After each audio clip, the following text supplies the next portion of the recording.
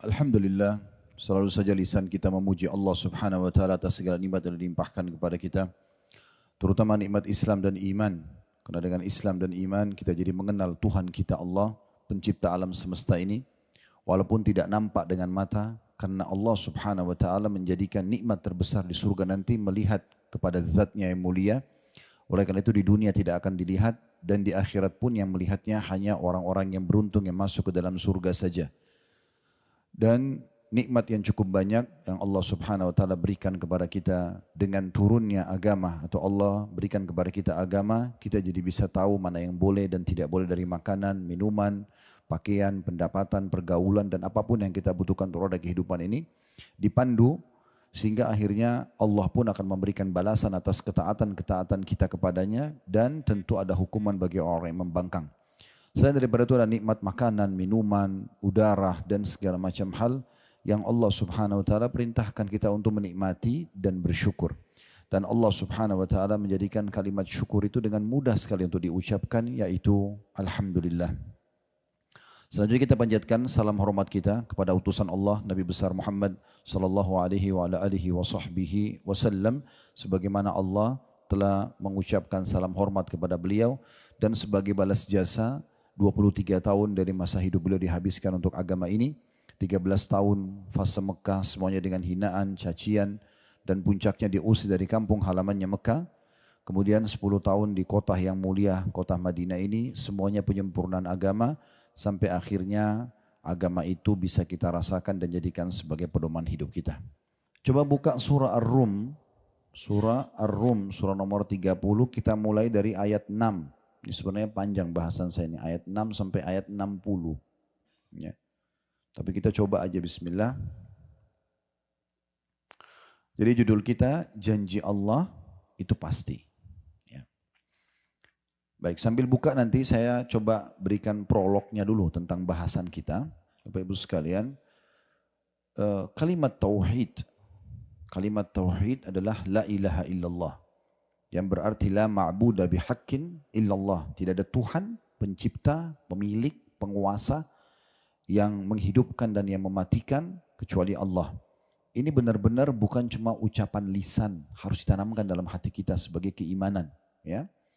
Jadi enggak perlu khawatir karena kita punya Tuhan. Kalau nikmat sedang melimpah, maka yang memberikan nikmat kepada kita, mata bisa melihat, telinga mendengar, hidung bisa menghirup, lidah dan bibir mengucap dan mengecap, tangan menjamah, kaki melangkah. Apa sajalah oksigen yang kita hirup, air yang kita konsumsi, semua fasilitas yang ada ini, itu yang ciptakan kita Allah, yang ciptakan nikmat itu Allah, yang juga bisa menambah dan mempertahankan hanya Allah. Berarti hanya mintanya kepada Allah saja. Kalau kita sedang datang ujian, yang ciptakan kita Allah, yang ciptakan ujian itu Allah, yang bisa memberikan solusi hanya Allah saja. Maka poin ini dasar sekali, pondasi dasar. Bapak Ibu perlu garis bawahi, dakwah Nabi Muhammad SAW 13 tahun di Mekah. Dari masa kenabian, ya dari umur 40 tahun sampai 53 tahun. Itu belum ada kewajiban puasa. Puasa Ramadan itu pas perang Badr, tahun 2 Hijriah, baru diwajibkan puasa. Jadi sudah tahun ke-15 dari masa kenabian baru ada perintah puasa Ramadan.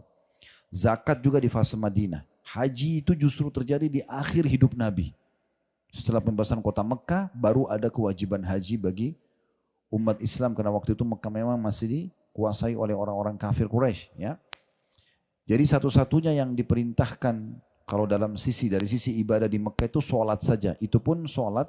Kejadian Isra Mi'raj itu terjadi di tahun ke-11 dari masa kenabian.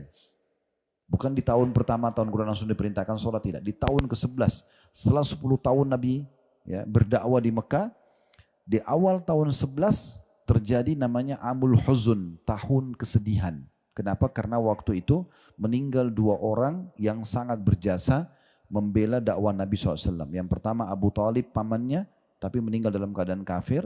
Dan yang kedua Khadijah istrinya beliau yang tercinta. Nanti insya Allah di pameran Wahyu kita akan ceritakan tentang kedudukan Khadijah ini. Karena ada satu ruangan nanti yang memang khusus menjelaskan tentang keutamaan beliau. Nah dikenal dengan tahun kesedihan. Di situ Nabi SAW dihibur oleh Allah Subhanahu Wa Taala dengan 2 kejadian besar. Yang pertama masuk Islamnya jin Nusaybin. Nusaybin ini wilayah di Irak. Ya. Pada saat orang-orang Quraisy Mekah menolak dakwah Nabi SAW, penduduk kota Taif menolak dakwah Nabi SAW, maka Allah datangkan golongan jin yang masuk Islam. Golongan jin yang masuk Islam dikenal dengan jin Nusaybin. Nah ini loh, kalau manusia nolak dakwahmu hai Muhammad, sesungguhnya aku datangkan jin yang beriman. Nah seperti itu. Yang kedua kejadian Isra dan Mi'raj. Itu terjadi di tahun 11 masa kenabian. Di situlah ada perintah sholat. Itu pun awal diperintahkan sholat, semua sholat yang 5 waktu itu 2-2 rakaat. Subuh 2, duhur 2, asar 2, maghrib 2, isya 2. Kapan dia berubah jumlah di kota Madinah? Subuh tetap, duhur ditambah 2, asar tambah 2, isya tambah 2, maghrib tambah 1. Itu di kota Madinah perubahannya. Jadi pertanyaannya, apa yang Nabi Muhammad SAW dakwakan di Mekah nih? Belum ada sholat, ya, sholat bahkan di akhir-akhir gitu kan. Belum ada zakat, belum ada puasa yang sering kita dengar ibadah. Itu adalah penanaman akidah atau tauhid. Ya, selalu Nabi SAW ingatkan tentang masalah tidak ada Tuhan yang menciptakan alam semesta kecuali Allah. Kenapa kalian sembah berhala-berhala ini? Patung-patung ini kalian yang ukir, kalian yang bentuk matanya, bentuk mulutnya, bentuk kakinya, tangannya, kemudian kalian berikan nama. Setelah itu kalian anggap Tuhan. Yang uniknya kalau rusak Tuhannya diperbaiki. Yang perbaikin dia. Gitu kan? Maka diingatkan, ini namanya tauhid. Tak boleh bergantung kepada selain sang pencipta Allah. Kita ini enaknya umat Islam sudah dimanjakan teman-teman sekalian. Begitu lahir, mulai bisa ngomong, orang tua kita sudah ingatkan. Tuhan kita Allah. Ya. Minta kepada Allah nak. Apalagi kalau orang tuanya Masya Allah faham agama. Dimasukkan ke sekolah agama. Kita mulai belajar Al-Quran. Ini adalah kitabullah. Kita mempelajari hadis-hadis Nabi. Ini utusan Allah. Misalnya kan. Itu kita punya panduan. Orang-orang yang tidak punya panduan mereka bingung. Ada yang sembah dewa. Ada yang sembah bintang. Ada yang sembah pohon. Ada yang di India ada yang sembah sapi. Dan sampai sekarang mereka itu tidak makan sapi karena mereka anggap Tuhannya. Coba. Karena mereka potensi tahu ada Tuhan, iya, tapi tidak terpandu. Kita sudah punya panduan, ya, kita sudah punya, dan itu kalimat asas, pondasi dasar tauhid. Bahkan kata Nabi SAW, ikrarkan dengan lisanmu, renungi dengan fikiranmu, dan yakini dengan hatimu, la ilaha illallah, Tuhanku Allah. Tidak Tuhan yang berhak disembah kecuali Allah. Kemudian istiqomahlah, artinya berpegang teguh pada perintahnya, nikmati yang dihalalkan, tinggalkan yang dilarang, maka kamu akan bahagia. Maka di situ puncaknya. Ini pondasi dasarnya. Dan memang agama kita ini pondasinya keyakinan. Keyakinan. Ya. Kalau ada yang bilang begini, Ustaz, Allah kan gaib, kita nggak bisa lihat. Bagaimana caranya kita meyakini secara rasional? Kita perlu paham, tidak semua yang tidak nampak dengan mata itu tidak ada. Terbukti misalnya, bukankah kita rasakan rasa lapar, haus, kenyang, suka, benci, ngantuk, ya kan, sakit, rasa enggak? Tapi kita lihat enggak wujudnya? Hah? Mana jemaah Uhud ini masih hidup enggak? Pernah lihat enggak sakit itu bagaimana wujudnya? Lapar, kenyang, enggak pernah kan? Berarti ada hal-hal yang gaib tapi kita rasakan. Kan gitu. Ini cara mengimani secara akal hal-hal yang gaib. Kalau memang ada di alam kita yang gaib, karena ada Allah yang gaib tidak nampak tapi kita mengimaninya. Gitu kan? Begitu juga malaikat tidak nampak tapi kita mengimani kepada bahkan rukun iman kita. Ada syaitan yang menyesatkan manusia tidak nampak. Tapi semua itu ada fakta kalau itu ada. Contoh misalnya Allah Subhanahu wa taala. Kalau ditanya mana buktinya Allah? Baik, dari mana alam semesta ini? Ada satu fakta, contoh yang bisa jadi fakta. Saya sering sampaikan di pengajian tentang masalah tauhid. Ini dasar sekali. Banyak manusia Bapak Ibu sekalian sangat bangga, bahkan kagum ya, kagum kalau kita bahasakan dengan seorang pelukis. Di mana pelukis itu, dia misalnya contoh, dia sama seorang pelukis pergi ke pinggir pantai. Kemudian pantai itu kebetulan di siang hari, lagi teriknya matahari, terang sekali, terlihat jernih laut tersebut. Mungkin ada ikan terlihat, ada udara yang berhembus, mungkin di situ ada burung yang terbang, ada matahari yang terasa teriknya, kemudian ada awan, ada pohon kelapa misalnya yang sedang berbuah. Lalu si pelukis ini berada di sebelah orang ini, bawa papan lukisnya 1 kali 1 meter, lalu dia lukis persis seperti apa yang dilihat oleh orang ini dan si pelukis tadi. Kira-kira apa kata orang ini? Bagus banget. Bahkan lukisan yang mirip dengan aslinya itu mahal kan? Ya, bisa puluhan miliar bahkan sekian banyak harganya gitu. Ini unik ini. Mereka kagum-kagum dengan pelukis yang sebenarnya pelukis itu hanya sekedar menciplak apa yang ada di depannya. Dan uniknya lukisan ini hanya bisa dilihat saja. Sekarang lukisan itu yang dia sudah lukis ditaruh di ruang tamu misalnya. Kita cuma bisa bilang, oh ini pelukis pernah lukis tahun sekian di sini ya. Nggak bisa dirasakan apa-apa, cuma nampak. Tapi kalau ciptaan Allah ini, rasakan udaranya, dirasakan terik panasnya, dirasakan sejuk airnya, didengar kicauan burungnya, bisa dinikmati kelapa itu. Dan terus ada. Gimana manusia bisa mendustakan kalau ada pencipta ini? Bangunan ini Bapak Ibu sekalian, kira-kira masuk akal enggak? Kalau tidak ada arsitek yang gambar, tidak ada tukang-tukang dan buruh yang bekerja untuk membangunnya. Kalau pasti saya yakin 100% jawaban kita tidak mungkin. Kan gitu. Masa tiba-tiba ada hotel ini?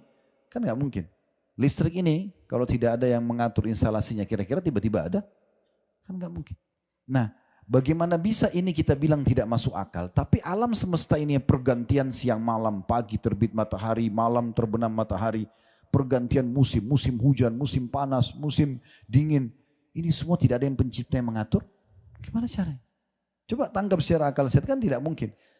Dan ada ribuan argumentasi seperti ini untuk membantah orang-orang ateis yang mengatakan tidak ada Tuhan. Kan gitu. Lalu dia dari mana sekarang? Kalau dia dari ibunya dari mana? Ibunya dari mana? Siapa yang awal nih? Mana yang awal buktikan, suruh buktikan dia. Dia nggak akan bisa buktikan. Kalau kita seorang beriman, oh Allah ciptakan Nabi Adam dari tanah, lalu Allah ciptakan dari tulang rusuknya istrinya Hawa, kemudian berkembang biaklah manusia. Diutuslah utusan-utusan Allah untuk menyampaikan sampai nanti mereka berbakti akan dapat balasan pahala dan surga. Kemudian orang bangkang akan dekat kena hukuman dan masuk neraka. Dan surga yang dijanjikan puncak nanti di akhirat itu sudah terinci semuanya. Kalau Bapak Ibu lihat playlist YouTube kami, saran saya nanti kalau ada kesempatan bisa nonton di Khalid Basalam Official, diklik logonya nanti akan keluar banyak pilihan, ada playlist. Diklik playlist itu ada lebih dari 35 kitab kami bedah. Tujuan saya agar orang-orang kita, secara khusus orang Indonesia itu bisa kuliah sebenarnya privat dengan kami, tapi tidak perlu ada ijazah, tidak perlu ada ujiannya, gitu kan? Tinggal beli bukunya, modalnya beli buku aja. Kemudian nanti tinggal dipelajari setiap hari Senin belajar akidah, hari Selasa belajar hadis, hari Rabu belajar fikih. Misalnya tinggal pilih dari 35 kitab itu. Salah satu buku yang kami bedah adalah Rasulullah SAW cerita tentang surga dan neraka. Seingat saya itu 63 pasal, 63 bab. 30 bab tentang surga, 33 bab tentang neraka. Itu kalau teman-teman ikutin, satu babnya saja bisa 1 jam. Tentang pintu surga, tentang bau wanginya surga, tentang dayang-dayangnya, tentang pakaiannya, tentang pohonnya, istanahnya, tanahnya, segala macam, gitu kan?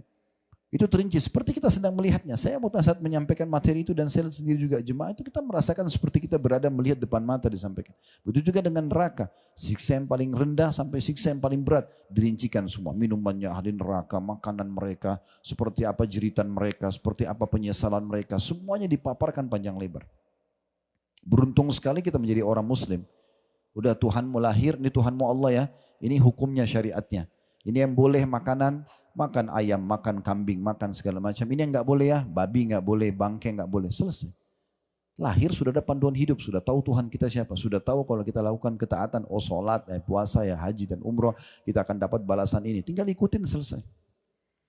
Dan yang luar biasa, seperti sekarang kita fakta yang tidak bisa terbantahkan, kayak kita sekarang ini melaksanakan ibadah. Bukankah kita merasakan kenikmatan teman-teman? Azan kita kejar ke masjid, kita semangat sholat qobliyah, sholat ba'diyah, kita kejar doa antara azan dan iqamah, coba kita zikir, ada kesempatan sedekah, kita lakukan. Itu kan semua menandakan memang ini pasti ada pemandunya, nggak mungkin. Yang munculkan perasaan itu siapa? Yang mendatangkan semua kita ini siapa? Kan begitu. Ini harus dikuatkan ini. Pondasi tauhid harus kita kuatkan. Jadi kalau pondasi tauhidnya kuat, biar kita sendirian, sedangkan dan kita yakin Allah itu ada bersama kita, clear. Walaupun satu dunia tidak ada yang bersama kita. Apalagi kalau kita mau sempurnakan dengan diikuti sangka baik kita kepada Allah. Kata Nabi SAW, Allah SWT berfirman dalam hadis Qudsi, riwayat Bukhari, Ana inda dhanni abdi bi. Saya sesuai dengan prasangka hambaku, kata Allah. Falyadhunnu bi ma syaa. Dia boleh sangka apa saja yang dia inginkan. Maksudnya kalau dia bersangka baik sama Tuhannya, ya, selama dia tidak melakukan hal yang salah, maka walaupun orang semua tidak cocok sama dia, ini Allah mengatakan benar, ya sudah dia jalankan. Maka Allah akan balik keadaan, manusia akan bisa menerima dia. Sebaliknya kata Nabi SAW, kalau dalam sebuah hadis yang lain, kalau seseorang melakukan satu perbuatan yang membuat Allah murka untuk mencari keridhaan manusia, Allah akan balik keadaan, manusia akan murka sama dia, meninggalkan dia. Jadi bagaimana kita memperbaiki hubungan dengan Allah Subhanahu wa Ta'ala. Nah, yang kita titik beratkan sekarang ini tentu bahasan tauhid sangat lebar, panjang lebar babnya, dan ini sudah kami bedah di playlist YouTube tadi. Kalau Bapak Ibu mau lebih lengkap, ada 4 bab, 4 pasal saya bahas dalam bab akidah. Itu pasal 1 sampai pasal 4 semuanya membahas tentang tauhid ini. Ditulis oleh Syekh Abu Bakar Jazair rahimahullah, seorang ulama yang pernah ngajar di Masjid Nabawi selama 40 tahun. Dan sekarang beliau sudah meninggal. Nama bukunya Minhajul Muslim. Saya sarankan Bapak Ibu semua beli buku ini. Harganya tidak lebih dari 200.000. Hanya makan siang biasa orang pakai 200.000, gitu kan. Ini beli buku ini taruh di rumah.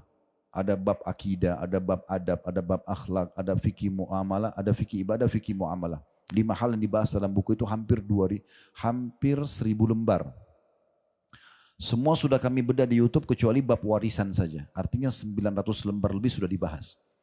Bapak Ibu tinggal beli bukunya, ikutin, nonton 1 jam sebelum tidur, bab akidah pasal 1. Itu tentang beriman kepada Allah, sampai bab pasal 4 tuh. Tentang uluhiyahnya Allah, rububiyahnya Allah, asma' wa sifat. Bagaimana kita beriman bahwasanya Allah itu memang pencipta. Bagaimana kita beriman bahwasanya wajib memang kita tunduk dan beribadah kepada Allah. Dan bagaimana kita meyakini Allah itu punya nama-nama dan sifat-sifat yang mulia. Itu 4 pasal dibahas. Coba ikutin supaya lebih dalam nanti.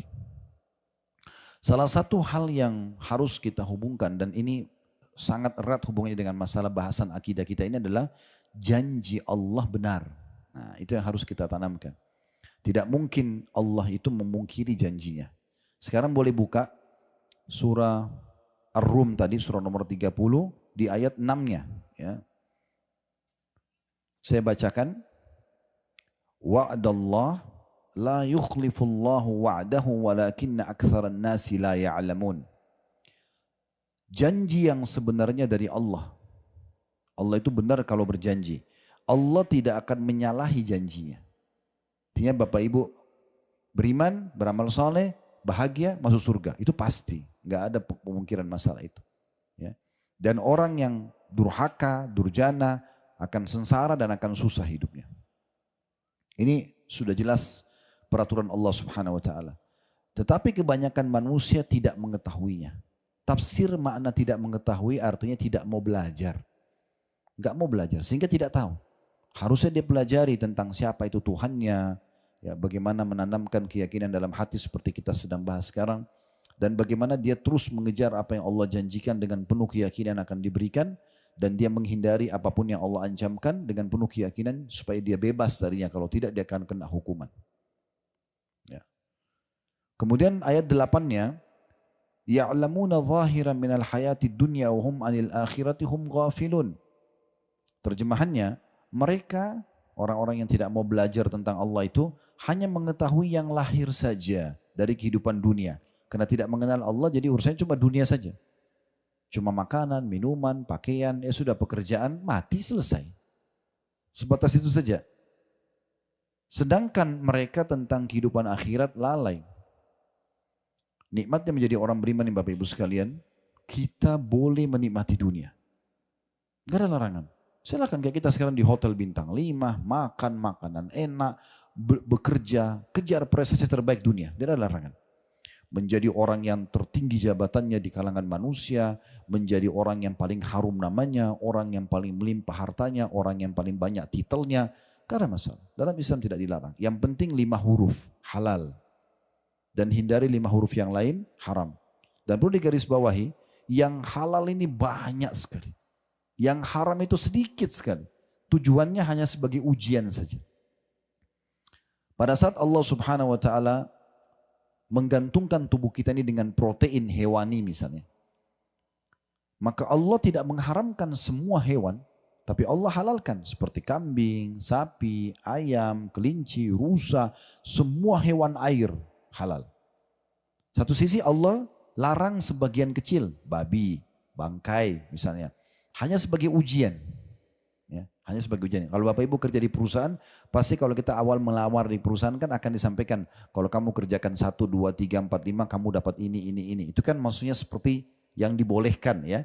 Tapi pasti perusahaan akan bilang, dan kalau kamu langgar, maka akan ada ancaman ini. Ini sebenarnya hanya sebagai warning saja, peringatan saja. Bukan ini target utama perusahaan. Target utama perusahaan adalah bagaimana kita menjadi pegawai yang baik dan dapat bonusnya, kan gitu. Ini cuma peringatan. Nah seperti itu antara halal dan haram itu. Jadi sebenarnya yang halal itu banyak. Begitu juga pada saat Allah larang kita minuman keras, gak boleh mabuk. Gak boleh memabukkan. Tapi Allah ganti air putih, madu, sirup. Di Indonesia ada jamu. Banyak minuman yang lain. Ada kopi, ada teh. Terus kenapa harus khamr? Kan ada yang lain kan. Pada saat Allah berikan kita potensi untuk suka dengan lawan jenis. Karena kalau tidak saling suka, tidak ada populasi manusia. Laki-laki harus tuangkan spermanya, perempuan harus terima sperma itu lalu bertemu dengan sel, lalu dia mengandung 9 bulan. Ini pengorbanan luar biasa. Kalau Allah tidak buat syahwat, maka pasti orang tidak mau. Tapi Allah hiasi dengan syahwat. Tapi Allah ajarkan caranya. Nikah. Yang tidak boleh zina. Kan gitu. Dua-duanya dalam biologis. Perhatikan bedanya. Kalau yang haram ini, zina, semua orang melakukan zina itu ketakutan. Dimulai dengan ketakutan, khawatir. Sehingga biologisnya nggak maksimal. Masuk hotel takut-takut gitu kan. Biologis juga takut-takut.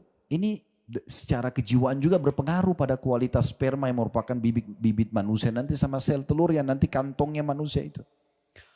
Mengganggu. Pada saat hamil, dua-duanya ketakutan. Ya, keluarga mereka malu, keluarganya malu, anak yang lahir nggak jelas statusnya. Kalau dalam lingkup agama Islam, anak zina ini anak haram, tidak ada penisbatan nama, nasab, tidak ada warisan antara dia sama ayahnya. Ini berat sekali. Hanya kenapa? Kena pelampiasan yang tidak boleh. Coba kalau yang halal menikah, semua orang menikah bahagia, gembira, sampai ada bahasa kan mereka jadi raja pada saat itu dan jadi ratu ya. Keluarganya semua hormatin, tamu-tamu pada datang ucapkan selamat. Mereka gembira sekali. Dan pada malam pertama mereka masuk ke kamar, orang semua tahu akan terjadi biologis. Tapi nggak ada yang rasa takut, semua dengan gembira. Ya. Maka kualitas sperma yang akan jadi bibit manusia, sel telur juga manusia akan jadi bagus. Biologisnya mereka bagus dan dijanjikan pahala yang besar. Kata Nabi SAW, di kemaluan kalian ada pahala yang besar. Kata para sahabat, ya Rasulullah, kami gauli istri kami, dapat pahala. Jadi sudah enak terus dapat pahala lagi. Kata Nabi SAW, kalau kalian letakkan pada yang haram, zina, dosa enggak? Maka waktu itu Nabi tanya sahabat dan tanda tanya. Tapi sahabat sudah enggak jawab lagi karena sudah tahu memang dosa itu kan. Maka kata Nabi begitu juga kalau yang halal. Ya. Maka Allah berikan kita jalan keluarnya. Dan nikah sama zina bedanya hanya kurang dari 5 menit ini. Kalimat akad aja. Wali perempuan bilang saya nikahkan kamu sama anak perempuan saya Fulan bin Fulan dengan mas kawin ini. Ada 2 saksi, ada walinya perempuan, ada maharnya. Sah, selesai. Si laki-laki cuma bilang saya terima nikahnya. Ini kalimat saya terima nikahnya cukup. Kan gitu. Sudah sah, selesai. Lalu kenapa harus zina? Kenapa bukan nikah? Kan gitu. Jadi Allah kasih solusi. Oleh karena itu orang yang beriman kepada Allah ini betul-betul dapat panduan hidup. Semuanya boleh. Tidak ada yang tidak. Ya, jadi yang baik-baik itu boleh semua. Yang haram itu sedikit. Hanya sekedar sebagai ujian. Gitu kan? Seperti itu. Nah selanjutnya ayat 8 sampai beberapa ayat ke depan. Allah subhanahu wa ta'ala sekarang lebih menekankan tentang masalah kenapa kalian tidak beriman kepadaku. Ini loh bukti-buktinya. Nah kita mulai ayat 8. Bukti tentang keberadaan Allah. Allah mengatakan, awalam yatafakkaru fi anfusihim ma khalaqallahu as-samawati wal arda wa ma bainahuma illa bil haqqi wa ajalin musamma wa inna katsiran minan nasi bi liqa'i rabbihim lakafirun. Mengapa mereka tidak memikirkan tentang kejadian diri mereka? Dari mana kita ini? Maaf, ini orang yang sudah berumah tangga pasti tahu. Udah balik, udah dewasa tahu. Sperma, maaf kalau habis biologis kita nggak membuahi sel telur. Diapakan? Dibuang kan? Iya, maaf kita cebok ya. Dibuang ya. Padahal itu bibit manusia loh itu. Secara medis kalau diambil sperma itu dilihat itu manusia semua itu. Miliaran jumlahnya. Itulah kita dulu tuh. Terhina sekali. Allah bilang, kau tidak pikir dirimu dari mana? Kamu ini dari mana? Terus tiba-tiba sombong, baru sarjana, baru profesor. Mana Tuhan?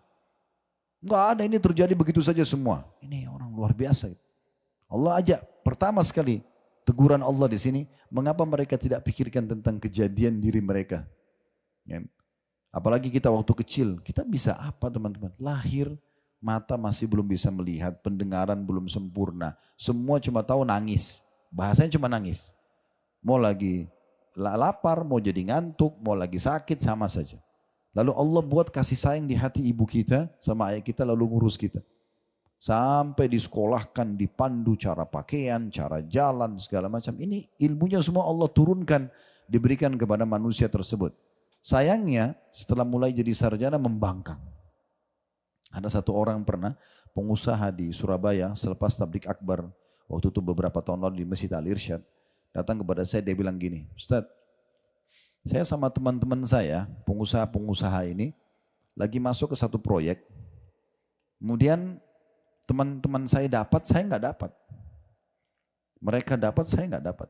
Padahal dari sisi ibadah saya lebih baik dari mereka. Bagaimana menenangkan hati saya? Jawaban saya sederhana. Saya cuma bilang, belum rezeki antum. Kalau belum rezeki antum tidak akan sampai kepada antum. Kalau rezeki antum, biar antum duduk di rumah, akan sampai. Pernah gak kita duduk di rumah tiba-tiba ada yang kirimin makanan? Gak pernah minta. Pernah masuk restoran ketemu teman terus ditraktir, dibayarin? Dikirimin buah, dikirimin baju, banyak sekali. Kalau sudah rezeki sampai. Sederhana. Orang yang beriman kepada Allah selalu punya jawaban dan selalu tenang. Udah sangka baik kepada Allah, ini belum rezeki saya. Saya pernah subhanallah pulang bawa makanan ke rumah. Kemudian saya letakkan untuk kami makan rame-rame gitu. Besok saya mau makan, makanan sudah habis dimakan sama anak-anak gitu. Orang tidak paham masalah takdir, masalah iman kepada Allah, marah-marah sama anaknya, masa makanan dihabisin. Oh, kita sudah paham. Oh, sudah rezeki mereka. Enggak akan sampai ke kita. Saya pernah pulang dari Surabaya ke Jakarta waktu itu habis tablik akbar juga. Saya beli makanan kesukaan saya waktu itu. Kemudian saya masuk ke lounge nunggu karena naik bisnis kelas. Kemudian saya letakkan makanan itu di sebelah saya. Saya sibuk nyusun materi, buka laptop sambil nunggu pesawat jadwalnya. Karena sudah ada panggilan, saya buru-buru tutup laptop, saya pergi. Subhanallah makanan itu saya lupa. Saya lupa makanan itu. Dan nanti di Jakarta baru saya ingat. Memang belum rezeki saya. Tidak akan jadi rezeki saya itu. Kata Nabi SAW dalam sebuah hadis, tidak akan wafat satu jiwa kecuali akan sampai kepadanya rezeki terakhirnya. Kalau antum harus ditakdirkan Allah minum setetes air itu sebelum meninggal, antum akan minum. Akan sampai. Makanya Hasan Basri mengatakan rahimahullah tentang masalah kekuatan tauhid dalam masalah ini. Beliau mengatakan bahwasanya aku selalu senang dan tenang karena 3 hal. Yang pertama sekali beliau sebutkan adalah karena rezekiku tidak akan diambil oleh orang lain. Kalau Allah sudah takdirkan akan sampai kepada aku. Jadi tidak ada istilah, oh ini orang ambil peluang saya atau apa. Memang dia yang akan dapat, bukan kita. Di saat itu, masing-masing sudah punya rezeki. Baik, ini karena cukup panjang kita coba ringkaskan. Jadi dikatakan, Allah mengatakan ini teguran Allah yang pertama tuh ajak berpikir, mengapa mereka tidak memikirkan tentang kejadian diri mereka. Allah tidak menjadikan langit dan bumi dan apa yang ada di antaranya. Semua langit dan bumi ini yang bisa nampak dengan mata kita ataupun tidak nampak. Misalnya kedalaman lautan kita tidak bisa lihat lagi atau terlalu jauh di langit sana ada bintang yang tidak bisa kita lihat. Allah mengatakan Allah tidak menjadikan langit dan bumi dan apa yang ada di antara keduanya melainkan dengan tujuan yang benar dan waktu yang sudah ditentukan. Maksudnya untuk mendatangkan keimanan kalian kepada Allah. Siapa yang mengatur semua ini? Dulu di kota Madinah ini subhanallah, mudah-mudahan satu waktu mereka akan buat lagi. Di sisi kanan yang kemarin kita sempat ke kebun yang Abu Bakar dibayat, ya, Thaqifah Bani Sa'ad. Dulu di situ dekatnya ada pameran Al-Quran. Di dalamnya itu ada satu layar besar, kita bisa lihat jadi dipasang kamera, diperlihatkan kalau 10 meter dari Masjid Nabawi ada orang lagi duduk baca Quran. 10 meter itu kelihatannya seperti ini loh manusia itu. Ditarik 50 meter sudah nggak kelihatan dia. Tinggal seperti titik, 100 meter, 1 kilometer sampai sekian juta kilometer. Ditarik sekian manusia, bukan cuma manusia, buminya pun sudah nggak kelihatan. Sampai secara ilmu kita pernah belajar semua ilmu pengetahuan alam. Bagaimana bumi ini kalau disatukan dengan bintang-bintang ini seperti pasir semuanya. Karena banyaknya kan. Nah itu secara ilmiah pun terbukti seperti itu. Jadi semua ini Allah ciptakan dengan benar. Harus kita tahu ini ada penciptaan, ada yang mengatur semuanya. Ya. Dan dengan waktu tertentu, maksudnya akan datang nanti hari kiamat. Semua ini akan Allah musnahkan, kemudian Allah hidupkan kita di alam akhirat sana. Dan sungguhnya kebanyakan di antara manusia benar-benar ingkar akan pertemuan dengan Tuhannya. Mereka nggak mau yakin akan ada pertemuan dengan Allah nanti, akan ada hisab. Jadi mereka mau melakukan apa saja tanpa ada agama yang mengawasinya. Ayat 9-nya, ini fakta yang kedua yang Allah ajak kita berfikir tentang keberadaannya. Awalam yasiru fil ardi fayanzuru kaifa kana akibatul ladzina min qablihim kanu ashadda minhum quwwatan wa atharul arda wa amaruha aktsara mimma amaruha wa ja'atuhum rusuluhum bil bayyinat fama kana Allahu liyadhlimahum walakin kanu anfusahum yadhlimun. Apakah mereka tidak mengadakan perjalanan di muka bumi dan memperhatikan bagaimana akibat yang diderita oleh orang-orang sebelum mereka? Nah ini contoh kalau dari sini ada 4 jam dari kota Madinah namanya Madain Saleh. Ya, saya lihat ada beberapa teman-teman kita yang bermain di media di Indonesia, mereka ke sana terus mereka angkat di medsos mereka ya. Dikenal juga dengan Al-Ula, tapi ini wilayah sebenarnya sarannya para ulama untuk tidak datang secara khusus ke sana kecuali kita kebetulan lewat ya. Tempatnya kaum Thamud, kaumnya Nabi Saleh Allah binasakan. Nah itu ada faktanya. Bagaimana di situ ada lokasi yang sangat besar. Mereka memahat gunung-gunung dan itu peninggalan rumah-rumah mereka. Yang dulu Nabi Saleh punya unta yang mereka minta dikeluarkan dari gunung batu. Ya, kemudian mereka bunuh unta itu. Nah ini Allah binasakan mereka. Nah itu ada faktanya. Di Jordania, ya kalau satu waktu insya Allah ke Palestina, biasanya kita melewati Laut Mati. Nah Laut Mati ini itu diyakini oleh para ahli sejarah tempatnya kaum Lut disiksa. Yang mereka lakukan homoseksual lalu Allah angkat negeri mereka. Ada 10 perkampungan itu diangkat oleh Allah lalu dibalik. Karena mereka tidak mau mendengar Nabi Lut alaihissalam. Cukup banyak gitu kan. Fakta-fakta berhubungan dengan masalah. Allah suruh melihat. Kalau kita searching di Google juga peninggalan Raja Namrud di Babilonia. Yang binasa yang sempat mau membakar Nabi Ibrahim di api tapi tidak berhasil. Fir'aun di Mesir. Sampai sekarang kita bisa lihat muminya. Kami pernah buat paket umroh plus Mesir, itu masuk ke museumnya di Kairo, itu sampai ke sebelahnya muminya itu, sampai ada satu jemaah tanya saya, Ustaz ini Fir'aun yang ngaku Tuhan itu. Saya bilang, ya ini nih. Allah selamatkan jasadnya sebagaimana Allah sebutkan dalam Al-Quran untuk menjadi tanda-tanda kebesaran Allah di muka bumi. Allah suruh lihat kita itu, lihat ini fakta-faktanya. Ada orang-orang sebelum kalian yang membangkang tentang keberadaan Allah, maka Allah bilang, lihat bagaimana akhir kesudahan mereka. Allah bilang orang-orang itu bahkan yang telah meninggal sebelum kalian lebih kuat daripada kalian, gitu kan? Dan telah mengelola bumi serta memakmurkannya lebih baik dari apa yang telah mereka makmurkan.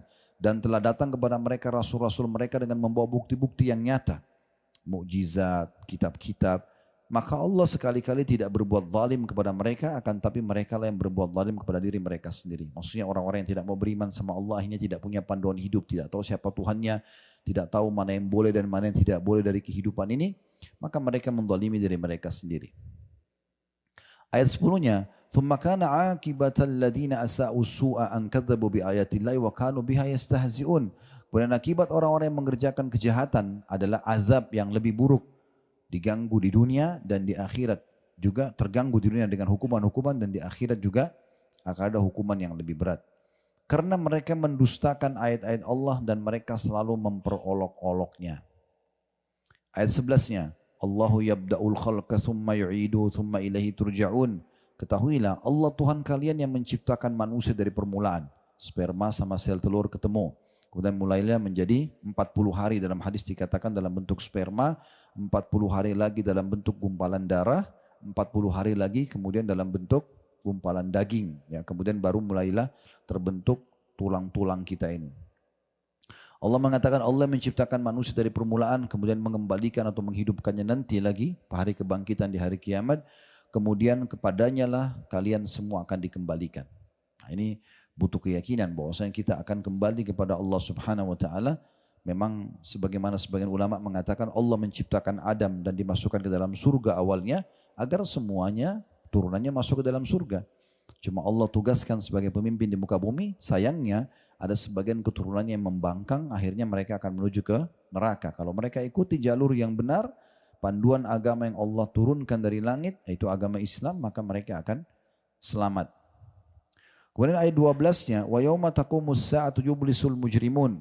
Dan pada hari terjadi kiamat nanti, orang-orang yang berdosa terdiam dan berputus asa. Saya sarankan ini di ayat 12-nya nanti Bapak Ibu hubungkan dengan surah Al-Mu'minun. Surah nomor 23 ayat 99 sampai ayat 115. Ya. Mungkin kita tidak bisa bahas semua sekarang, tapi Bapak Ibu sekalian bisa nanti kembali ke tadi saya bilang surah Al-Mu'minun surah nomor 23 ayat 99 sampai ayat 115 itu Allah gambarkan bagaimana penyesalan orang-orang yang tidak beriman pada Allah pada saat mereka meninggal. Pas lihat malaikat maut baru mereka menyesal. Mereka mengatakan qala rabbirji'un, wahai Tuhan kami atau Tuhanku kembalikanlah aku di dunia, jangan dimatikan dulu. Untuk apa? Bukan untuk makan makanan favorit, kembali meeting miliaran rupiah, bukan. Tapi la'alli amalu salihan fima tarakt. Semoga aku bisa mengerjakan amal soleh yang dulu aku tinggalkan. Dan terus saja itu ayat 99 sampai ayat 100, nanti ada sampai 115 bisa Bapak Ibu baca tentang penyesalan mereka. Dan terus terjadi penyesalan itu sampai nanti masuk dalam neraka. Di hari kiamat nanti teman-teman ada 3 golongan yang menyesal. Golongan pertama adalah orang yang kafir, munafik, orang musyrik pada Allah SWT ini menyesal karena mereka kekal dalam api neraka. Kemudian, dan ini ada buktinya, salah satu faktanya adalah waktu Nabi SAW menang di perang Badar, ya lokasi Badar cukup jauh dari sini jadi kita tidak ke sana. Tapi kami buat setahun sekali ada umroh sirah nabawi, itu memang mendatangi semua lokasi titik perang dan lebih banyak fokus cerita di situ. Tapi Bapak Ibu bisa ikutin kajian sirah nabawi kami tentang perang Badar. Waktu jenazah 70 orang jenazah orang-orang kafir Quraisy itu, tokoh-tokohnya tadi yang saya sempat singgung di Gunung Uhud ya, mereka terbunuh, Nabi SAW suruh masukkan jenazah itu ke dalam sebuah sumur. Kecuali jenazahnya Umayyah bin Khalaf, karena waktu dia terbunuh badannya membengkak dan kalau ditarik bisa copot anggota tubuhnya, maka Nabi SAW suruh timpahin saja dengan batu, ditutup dengan batu.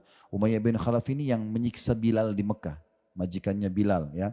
Itu terbunuh di perang Badar dan yang bunuh di perang Badar adalah Bilal sendiri. Radhiyallahu anhu. Nah, waktu jenazah Abu Jahal, jenazah Syaibah, Walid dan yang lainnya itu 69 orang kecuali Umayyah bin Khalaf dimasukkan sumur, lalu Nabi SAW bilang begini, wahai fulan bin fulan, disebutkan namanya satu persatu, dipanggil satu persatu. Lalu kemudian Nabi SAW mengatakan, apakah kalian sudah dapat apa yang Tuhan kalian ancamkan kepada kalian? Tentu jenazah tidak bisa ngomong ya. Terus kata Nabi SAW, ketahuilah aku telah mendapatkan apa yang Tuhanku janjikan. Umar di sebelah Nabi bilang begini, ya Rasulullah, mereka sudah jadi bangkai, bagaimana mereka bisa mendengar Anda? Kata Nabi SAW, wahai Umar, demi zat yang jiwaku dalam genggamannya, sungguh mereka lebih jelas mendengar suaraku daripada engkau mendengar suaraku sekarang. Tapi mereka tidak bisa menjawabnya. Nah di saat itu penyesalan datang, tapi tidak ada manfaatnya lagi. Sudah nyesal, kenapa enggak beriman dari awal? Gitu kan? Dan saya sudah jelaskan tadi, orang beriman itu enak, bisa apa saja selama halal kan gitu. Kecuali orang beriman teman-teman enggak boleh makan daging, enggak boleh biologis, enggak boleh bekerja, pokoknya terkurung di penjara sampai mati. Itu lain, ini semuanya bisa dinikmatin. Kenapa enggak jadi orang beriman? Malah terpandu kan gitu. Ini golongan pertama menyesal hari kiamat. Golongan kedua adalah orang-orang ya yang melakukan kemaksiatan. Banyak sekali dosanya tapi tidak sempat taubat. Ini juga nyesal karena mereka akan lewat neraka dulu baru masuk ke dalam surga, ya. Dan ini susah. Jangan bilang kalau orang Islam nanti Ustaz setelah dibersihkan neraka akan masuk surga, enggak apa-apa deh. Ini orang enggak paham. Saya kasih gambarannya begini supaya jangan pikiran begitu ya. Coba ambil korek gas kecil ya. Kemudian bakar jempolnya sendiri. Ya. Hitungan detik aja dia, 10 detik. Panas nggak? Kalau 1 menit, mateng ya. Harus operasi plastik ini. Karena sudah rusak gitu kan. Itu baru ini saja. Di neraka itu semuanya api. Allah gambarkan tentang neraka. Tadi saya bilang kalau lihat buku yang saya bedah Rasulullah cerita surga neraka itu, api itu dari semua penjuru. Jadi di kiri, di kanan, di atas, di bawah semuanya api. Selain itu di sebelah kiri kanan kita semuanya teriak, orang kesakitan, luar biasa. Kulitnya terbakar ya, dan tidak mati. Coba bayangin. Sisa tulang sama sedikit otot tapi tidak mati. Lalu Allah sempurnakan kembali. Nanti bisa lihat surah An-Nisa surah nomor 4 ayat 56. Tentang masalah bagaimana Allah bilang kalau kulit mereka sudah terbakar kami sempurnakan kembali. Nah penyempurnaan kembali kulit dan ototnya itu sakit prosesnya. Tapi dibuat begitu sakit. Lalu dibakar lagi. Hangus lagi. Diulangi lagi begitu terus. Jadi mereka menyesal luar biasa. Amal soleh dipelajari untuk dipraktekin. Sholat, puasa, haji dan segala macam. Dosa dipelajari untuk ditinggalkan. Dijauhi, bukan dicoba. Jadi enggak usah bilang, babi haram saya mau coba dulu. Enggak usah. Zina saya mau coba dulu. Khamr, enggak usah coba karena itu dilarang. Yang terlarang semua berbahaya, kan begitu. Udah yang baik-baik saja. Karena sudah ada solusinya, kan begitu. Nah ini akan ada penyesalan nanti orang-orang banyak dosa tidak taubat. Oleh karena itu selama kita masih punya kesempatan taubat jangan disia-siakan. Yang ketiga ini adanya penyesalan sebagian orang yang masuk ke dalam surga tetapi masih banyak amal soleh dulu yang dia lalaikan. Sebenarnya kalau dia kerjakan derajatnya lebih tinggi. Tapi sudah nggak bisa diperbaiki. Nah kita perlu renungi golongan yang ketiga ini. Karena kita kan sudah beriman sama Allah, Alhamdulillah. Kita juga sudah coba beramal saleh, buktinya kita keluarin harta, keluarin waktu untuk ibadah begini kan. Jangan sia-siakan peluang ibadah. Selama ada kesempatan, lakukan segera. Karena nanti menyesal kalau kita nggak kerjakan. Termasuk yang banyak ditinggalkan orang adalah amal sunnah. Kenapa kamu nggak sholat duha? Kan sunnah. Kenapa kamu nggak puasa Senin Kamis? Kan sunnah. Ini kan sunnah seakan-akan bukan perintah agama. Sunnah juga diperintahkan untuk mengerjakan. Dan sunnah itu nanti akan membantu amal wajib kita di akhirat. Kan begitu kata Nabi SAW kan? Awal amal dihisab hari kiamat adalah sholat wajib. Kalau dia baik maka akan membantu amal lain.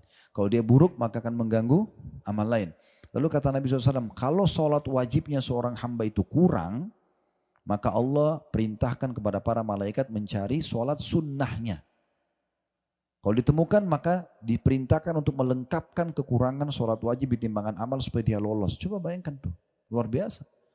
Begitu juga dengan sedekah membantu menyempurnakan zakat, puasa sunnah, puasa Ramadan yang dibantu, umrah begini membantu menyempurnakan haji gitu. Kalau tidak ada yang kurang maka berarti dia menjadi nilai plus. Dan juga orang kalau dekatkan diri kepada Allah SWT dengan amal-amal sunnah, maka Allah akan mencintainya. Kata Nabi SAW, Allah berfirman, seorang hamba terus mendekatkan diri kepadaku dengan amal soleh, amal sunnah sampai aku mencintainya. Kalau aku sudah mencintainya, maka aku akan menjadi pendengaran yang digunakan. Aku akan menjaga pendengaran yang digunakan untuk mendengar, mata yang digunakan untuk melihat, tangan digunakan untuk menjamah, kaki yang digunakan untuk melangkah. Dan kalau dia meminta kepada aku, kata Allah, aku akan berikan. Ya, jadi memang ini keutamaan orang yang mengerjakan amal soleh. Jadi jangan sia-siakan itu ya. Ini tentang tafsir surah Ar-Rum ayat 12-nya. Dan pada hari kiamat orang-orang berdosa terdiam dan mereka putus asa. Karena mereka sudah tidak bisa lagi memperbaikinya. Di dunia ini masih bisa. Dan saya bahkan saya pernah buat satu ceramah khusus judulnya Hari Emasmu. Hari ini sekarang yang kita masih hidup ini, ya, hari ini hari apa ini? Hari Kamis. Ya. Hari Kamis ini adalah hari emas kita. Kenapa? Karena hari ini kita masih hidup. Besok Jumat kita tidak tahu hidup atau tidak. Maka ini hari emas. Kalau masih hidup maka segera kerjakan amal soleh yang diwajibkan dan disunnahkan. Dan kalau punya dosa segera taubat. Karena besok kita tidak tahu. Umur kita sebenarnya adalah umur yang sudah lewat. Ya. Kalau misalnya ada di sini umurnya 30 tahun, berarti sudah 30 tahun. Itulah umur dia yang sebenarnya. Ke depan Allahu a'lam masih ada 30 tahun atau tidak. Mungkin cuma sehari, sejam, semua akan meninggal.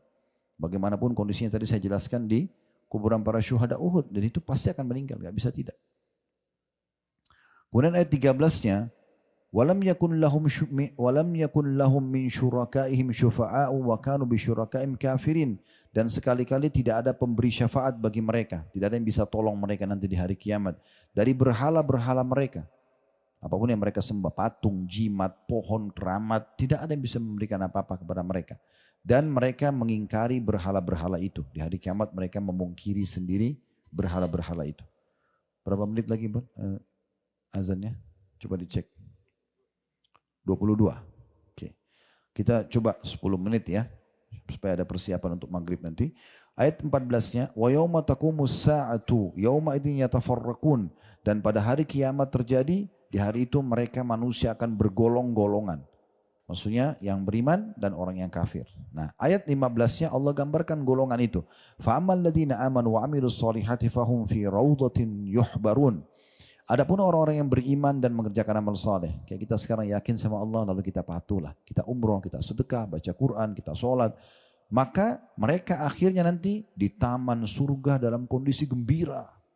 Nanti kita masuk surga teman-teman, insya Allah kita akan ketemu dan kita akan ngobrol. Ingat gak dulu kita umroh tuh 31 Oktober? Nah, itu memang mengenang gitu.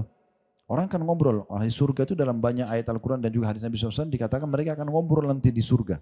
Ingat gak dulu kita di pengajian itu? Ingat gak dulu kita waktu indan itu? Mereka saling mengenang. Gitu kan? Bahkan ada di antara mereka yang mengatakan, dia cari temannya dulu yang dia kenal di dunia, yang suka ngajak dia, untuk apa kau beriman, untuk apa kamu sholat. Di surga dia cari, kalian lihat gak teman saya si Fulan? Dicari-cari di surga gak ketemu. Lalu Allah izinkan dia melihat ke neraka, ditemukan temannya di neraka. Pada saat itu dia ngomong, ya, dia mengatakan, hampir saja kau celakakan saya. Kalau dulu saya ikut kamu, kamu bilang apakah kamu termasuk orang yang percaya tentang Allah, tentang surga neraka. Untung saya diselamatkan sama Allah. Jadi luar biasa itu. Ya, Allah sudah berikan bongkaran-bongkarannya, ya, atau bocorannya pada saat sekarang. Ya, orang akan gembira nanti di surga itu. Gembira. Dalam sebuah hadis yang sahih, saya tambahkan satu riwayat di sini. Ya, kata Nabi SAW, nanti akan didatangkan orang yang paling susah hidupnya di dunia. Dari lahir sampai meninggal orang miskin sekali. Menderita, makannya pun dibantu oleh orang misalnya. Tapi orang beriman, azan, sholat. Ini di Indonesia banyak ini, antum bisa lihat ya. Saya kadang-kadang kalau pulang pengajian, atau lagi mau menuju ke pengajian, azan saya mampir ke masjid. Yang mampir di masjid tukang bakso, penjual gorengan, yang lewat mobil Alphard Mercy, tidak ada yang mampir sholat. Ya. Ini orang-orang tetap jaga, keluarin dari gerobaknya sarungnya, sholat, Masya Allah, berdoa, lalu jualan lagi. Apa kata Nabi SAW? Didatangkan nanti hari kiamat orang yang paling susah dunia tapi orang beriman. Dicelupkan satu celupan di surga, masuk dikeluarin lagi. Ditanya, kamu pernah menderita enggak selama ini? Pernah enggak kamu rasa kesusahan? Dia bilang, demi Allah enggak pernah. Hilang semua itu dengan satu celupan. Bagaimana orang yang khalidina fiha, kekal selama di dalamnya? Ini luar biasa. Kata Nabi SAW, ini tentang neraka akan datang setelah ini ayatnya ya. Kata Nabi SAW akan didatangkan orang yang paling gembira di dunia. Lahir anak raja, meninggal di kerajaan juga. Dari lahir sudah kaya raya dan semua, tapi orang kafir. Dan di hari kiamat datangkan dicelupkan satu celupan di neraka. Masuk neraka dikeluarin lagi. Ditanya, kau pernah bahagia enggak selama ini? Pernah enggak kau senang selama ini? Dia bilang, demi Allah enggak pernah. Hilang semua itu. Dan kita sekarang di dunia bisa rasakan itu ya. Kita pernah makan enak dulu. Cuma rasain di saat itu kan. Sekarang kita nggak bisa rasain lagi makanan. Cuma kita, oh pernah saya makan itu enak. Tapi sudah lupa, udah nggak dirasain lagi. Di akhirat tidak seperti itu. Ayat 16-nya. Wa ammal ladzina kafaru wa kadzdzabu bi ayatina wa liqa'il akhirat fa ulaika fil adzabi muhdarun. Adapun orang-orang yang kafir dan mendustakan ayat-ayat kami, Al-Qur'an, tidak mau belajar Al-Qur'an, tidak mau memahami maknanya, tidak mau kayak gini. Ini kan tadabbur ya. Kita mempelajari ayat-ayat, tidak mau menerapkan hukum-hukumnya, serta mendustakan menemui hari kiamat. Mana bisa ada surga neraka itu, mana ada hari hisab. Dia nggak mau, dia pungkiri. Allah mengatakan maka mereka tetap berada dalam siksa neraka nantinya. Ini siksa neraka berat, jangan coba-coba ya. Dan perlu Bapak Ibu garis bawahi, surga sudah ada, neraka sudah ada sebelum manusia diciptakan. Bukan kita semua ini. Nabi Adam sebelum diciptakan ayah kita dan ibu kita Hawa, sudah ada surga dan neraka. Sudah ada dari dulu. Dan sampai hari ini kita bisa merasakan interaksi dengan surga dan neraka. Karena kata Nabi SAW, jangan kalian menghina ya, demam itu. Ya. Karena dia akan menggugurkan dosa-dosa sebagaimana gugurnya daun-daun pohon. Gitu kan. Dalam riwayat lain beliau mengatakan, sesungguhnya demam itu adalah tiupan panasnya api neraka. Dinginkanlah dengan air. Demam yang kita rasakan, tidak ada manusia yang gak merasa demam kan. Pasti semua pernah. Nah itu salah satu tiupan api neraka itu. Dan kata Nabi SAW, tidak ada seorang hamba yang berlindung kepada Allah dari api neraka sehari 7 kali, kecuali neraka akan langsung merespon mengatakan, ya Allah jauhkan dia dari aku karena dia memohon berlindung kepadamu agar dijauhkan dari aku. Dan tidak ada seorang hamba yang meminta surga kepada Allah 7 kali dalam sehari, kecuali surga akan mengatakan, ya Allah masukkan dia ke dalamku, karena sesungguhnya ya dia telah memohon agar dimasukkan ke dalamku. Dan Nabi SAW pernah melihat jenazah seorang sahabat. Ini kejadiannya di Khaybar. Waktu Nabi SAW setelah perang Khandak tadi yang kita sedikit ceritakan, ada perang Khaybar sekitar 175 kilo atau 180 kilo dari sini. Ini kalau di Umrah Sirah Nabawi kita memang ke lokasi benteng-benteng Yahudi di sana yang direbut oleh kaum muslimin dan menceritakan di lokasi ya. Tapi itu butuh waktu memang. Kita bisa seharian penuh gitu kan dalam perjalanan. Yang jelas waktu Nabi SAW mengepung benteng Khaybar ada 9 benteng. Benteng pertama waktu ditaklukkan namanya benteng Naim. Setelah 40 hari Nabi SAW kepung 40-42 hari. Rupanya ada satu orang Arab Badui. Dia saksikan peperangan dari jauh. Dan dia kagum melihat umat Islam. Dan dia karena umat Islam ini para sahabat baca Quran dalam bahasa Arab. Dia orang Arab, dia ngerti. Jadi selama 40 hari tiap hari didengarin sama dia. Dia lihat peperangan ini. Ternyata umat Islam ini saling berbagi, saling berkasih. Peperangan juga kalau ada musuh yang terbunuh mereka tidak ada mutilasi, nggak ada kejahatan mereka. Mereka perang iya. Akhirnya dia datang kepada satu sahabat, dia mengatakan, kalian ini agama apa? Dari mana asal kalian? Ceritakan kami agama Islam, kami dari kota Madinah dan segala macam. Setelah diceritakan panjang lebar tentang Islam, dia tertarik, dia bilang saya mau masuk agama kalian. Kata sahabat ini, kamu ke depan aja sana. Ada Nabi. Langsung aja masuk Islam di tangannya. Datanglah orang ini. Nabi SAW lagi bagi-bagi harta rampasan perang karena benteng pertama Yahudi sudah takluk. Maka kata orang ini, ya Rasulullah saya mau masuk Islam. Pandulah setelah syahadat. Lalu kata Nabi SAW kepada sahabat yang kumpulin harta rampasan perang, kasih juga orang ini. Karena dia masuk Islam pas lagi pembagian harta rampasan perang.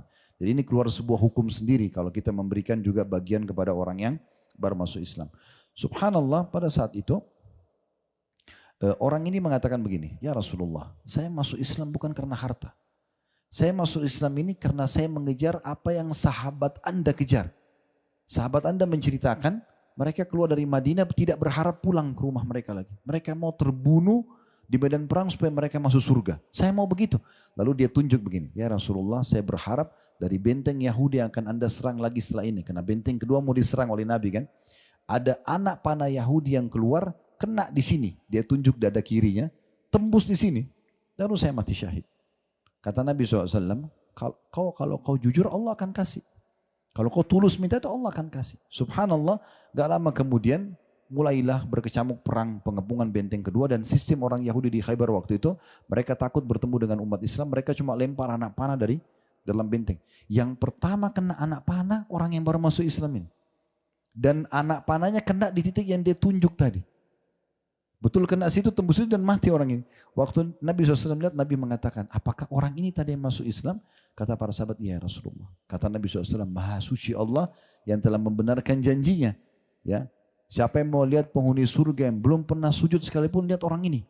Lalu Nabi bilang, ini perkataan yang saya ingin sampaikan. Kata Nabi SAW, ketahuilah surga itu lebih dekat dengan seseorang di antara kalian daripada tali sendal kalian sendiri.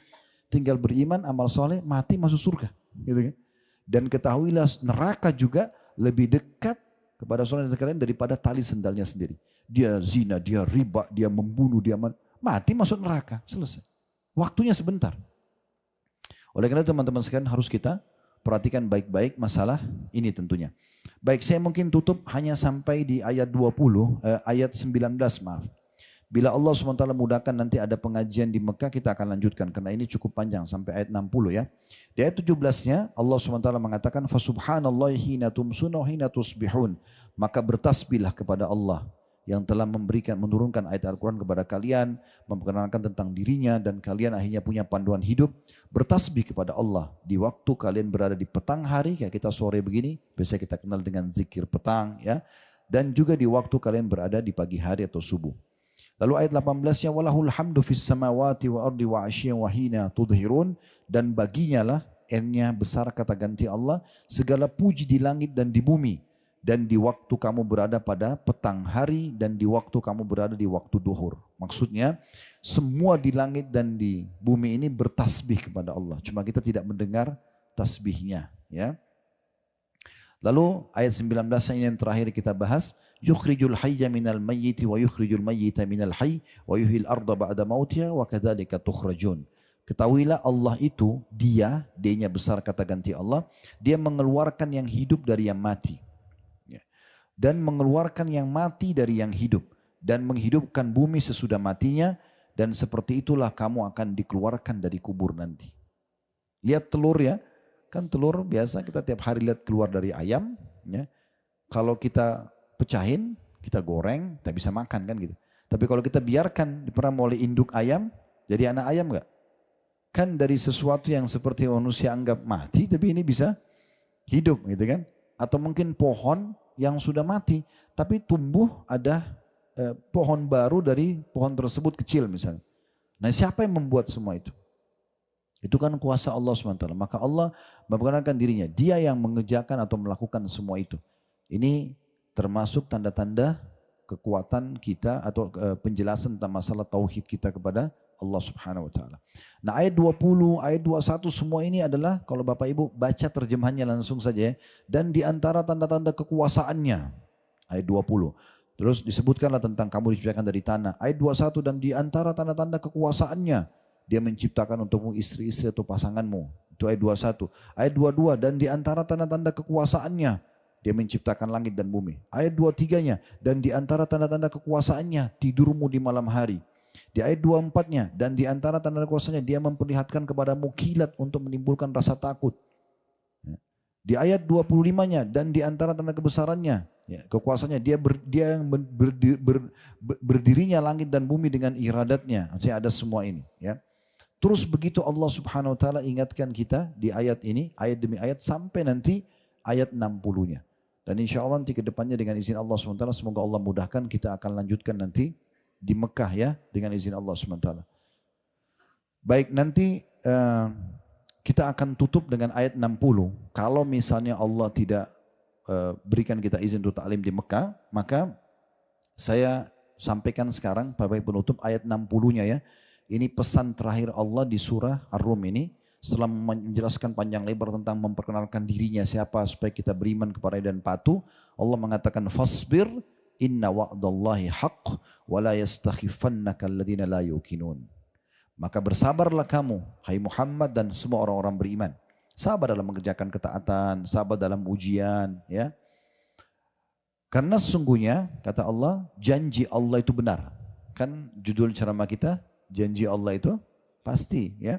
Ini ada dua ayat tadi, ayat 6-nya Allah jelaskan tentang janjinya benar, pasti, dan ayat 60 juga Allah bilang begitu. Dan bersabarlah kamu dalam mengerjakan ketaatan, dalam meninggalkan dosa, dalam ujian-ujian yang ada. Sesungguhnya janji Allah adalah benar dan sekali-kali jangan orang-orang yang tidak meyakini kebenaran ayat-ayat Allah itu menggelisahkan kamu. Maksudnya membuat kamu ragu, bimbang ya. Jadi tetap yakin di atas pondasi ini sampai kita meninggal. Allahu a'lam.